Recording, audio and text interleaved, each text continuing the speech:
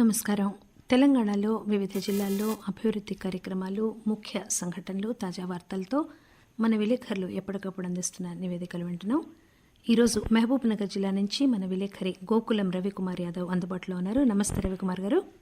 నమస్తే మేడం. మహబూబ్ నగర్ జిల్లాలో ఇటీవల చోటు చేసుకున్న ప్రధాన సంఘటనలు, వార్తలు ఏంటండి? ప్రజాపాలన కార్యక్రమానికి శ్రీకారం ఇచ్చారు. దానికి సంబంధించినటువంటి దరఖాస్తుల స్వీకరణ అయితే పూర్తయిందని చెప్పుకోవచ్చు. అదేవిధంగా నేరాల నియంత్రణకు జిల్లా పోలీస్ యంత్రాంగం తీసుకుంటున్నటువంటి చర్యలు సఫలితాలను ఇచ్చాయని చెప్పుకోవచ్చు. ఇందులో భాగంగా 10% వరకు ఈ నేరాలు తగ్గుదల జరిగిందని చెప్పేసి ఎస్పీ గారు ఇప్పటికే చెప్పినటువంటి నేపథ్యం అవుతుంది. అదేవిధంగా మరోపక్క అభివృద్ధి సంక్షేమ పథకాల అమలుకు జిల్లా మంత్రి ఆధ్వర్యంలో ప్రత్యేకమైనటువంటి కార్యక్రమాలు రాష్ట్ర ప్రభుత్వం చేపడుతుంది.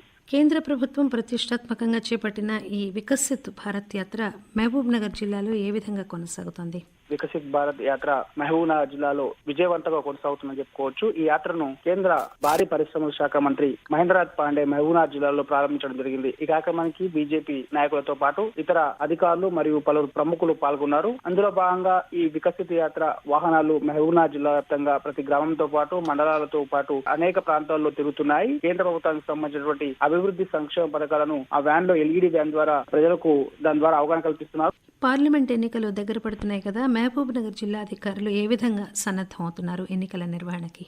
కేంద్ర ఎన్నికల సంఘం ఆదేశాలతో ఓటర్ల జాబితా సవరణ కార్యక్రమాన్ని చేపట్టారు. పోలింగ్ కేంద్రాలను పరిశీలించి ప్రతిపాదనలు సిద్ధం చేస్తున్నారు. ఫిబ్రవరి 8న తుది ఓటర్ జాబితాను ప్రకటించేందుకు చర్యలు తీసుకుంటున్నారు. ఓటర్ల జాబితాలో తప్పులు సవరించేందుకు అవకాశం కల్పించారు. ముసాయిదా ఓటర్ జాబితాపై అభ్యంతరాలు స్వీకరిస్తున్నారు. ఈ నెల 22 వరకు వచ్చిన అభ్యంతరాలను ఫిబ్రవరి 2 వరకు పరిశీలించి పరిష్కరించేందుకు చర్యలు తీసుకుంటున్నారు. ఈ ప్రక్రియను పూర్తి చేసి వచ్చే నెల 8న తుది ఓటర్ జాబితాను ప్రకటించేందుకు ఏర్పాట్లు అయితే చేస్తున్నారు.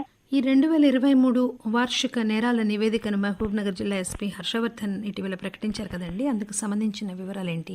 మహబూబ్ నగర్ లోని పోలీస్ శాఖ ప్రధాన కార్యాలయంలో ఇటీవల ఒక మీడియా సమావేశం నిర్వహించారు. ఆ సమావేశంలో ఈ 2023 నేరాల వార్షిక నివేదిక అయితే వెల్లడించారు. ఇందులో 2022లో జిల్లాలోని అన్ని పోలీస్ స్టేషన్ల పరిధిలో 6,518 కేసులు నమోదైనట్లు వెల్లడించారు. అయితే 2023లో మాత్రం 5,816 కేసులు మాత్రమే నమోదయ్యాయని, గత ఏడాదితో పోలిస్తే 10.78% నేరాలు తగ్గాయని చెప్పేసి ఆయన వివరించినటువంటి నేపథ్యం అయితే ఉంది. అదేవిధంగా మరోవైపు రహదారి ప్రమాదాలు మాత్రం స్వల్పంగా పెరిగాయన్నారు. గత ఏడాది 222 ప్రమాదాలు కేసులు నమోదు కాక ఈ 2023 ఏడాదిలో 233 మంది ప్రమాదాలు జరిగి దాంట్లో దాదాపు 233 మంది మరణించినట్లు ఆయన చెప్పినటువంటి నేపథ్యం అయితే ఉంది. రాష్ట్ర ప్రభుత్వం ప్రజాపాలన కార్యక్రమం కింద దరఖాస్తుల స్వీకరణ ముగిసింది కదా, మహబూబ్ నగర్ జిల్లాలో ఏ విధమైన స్పందన వచ్చింది?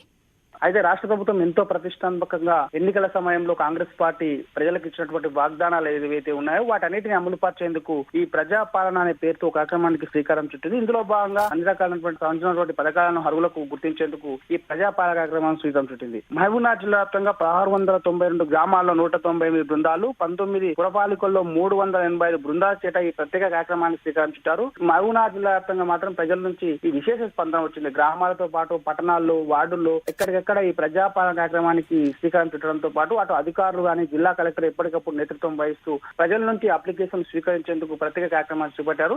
ఎక్కడ కూడా రద్దీ లేకుండా ఉదయం 10 గంటల నుంచి సాయంత్రం 6 గంటల వరకు ఈ యొక్క ప్రజల నుంచి ఈ ప్రజాపాలన కార్యక్రమంలో భాగంగా దరఖాస్తులు అయితే స్వీకరించారు. వాటన్నిటి కూడా ప్రస్తుతం క్రోడీకరిస్తున్నారు. అంటే వాటన్నిటికి కూడా ఒక క్రమ సంఖ్య వేస్తూ వాటిని కంప్యూటరైజ్ చేస్తున్నారు. దీంతో పాటు ఈ అప్లికేషన్ స్టేటస్ ఏ విధంగా ఉంది, ఎప్పటి వరకు ఉంది, ఏ పథకాల కోసం ఈ అర్హులు లబ్ధి చేసుకున్నారు, వాళ్ళ అర్హులా కాదా అని చెప్పేసి ధృవీకరించేందుకు మళ్ళీ ప్రత్యేకంగా ఒక టీం ఈ ఇళ్లలోకి తిరిగేందుకు అవకాశం ఉందని చెప్పేసి ఇప్పటికే మంత్రివర్గం చెప్పినటువంటి నేపథ్యంలో దానికి సంబంధించినటువంటి అనుగుణంగానే ఈ కార్యక్రమాలకు శ్రీకారం చుడుతున్నారు. ఇప్పటి వరకు అయితే మహబూబ్ నగర్ జిల్లా వ్యాప్తంగా ఈ ప్రజాపాలన కార్యక్రమానికి అయితే విశేష స్పందన వచ్చింది. భారీ మొత్తంలో ఈ యొక్క పథకాల కోసం అయితే వీళ్ళు లబ్ధిదారులు అయితే ఎంపిక చేసుకునేందుకు అప్లై చేసుకున్నటువంటి నేపథ్యం అయితే ఉంది. ఇదండి మహబూబ్ నగర్ జిల్లా నుంచి మన విలేకరి గోకులం రవికుమార్ యాదవ్ అందించిన నివేదిక. థ్యాంక్ యూ రవికుమార్ గారు. మరో జిల్లాలో వార్తలతో మరోసారి కలుసుకుందాం. అంతవరకు సెలవు, నమస్కారం.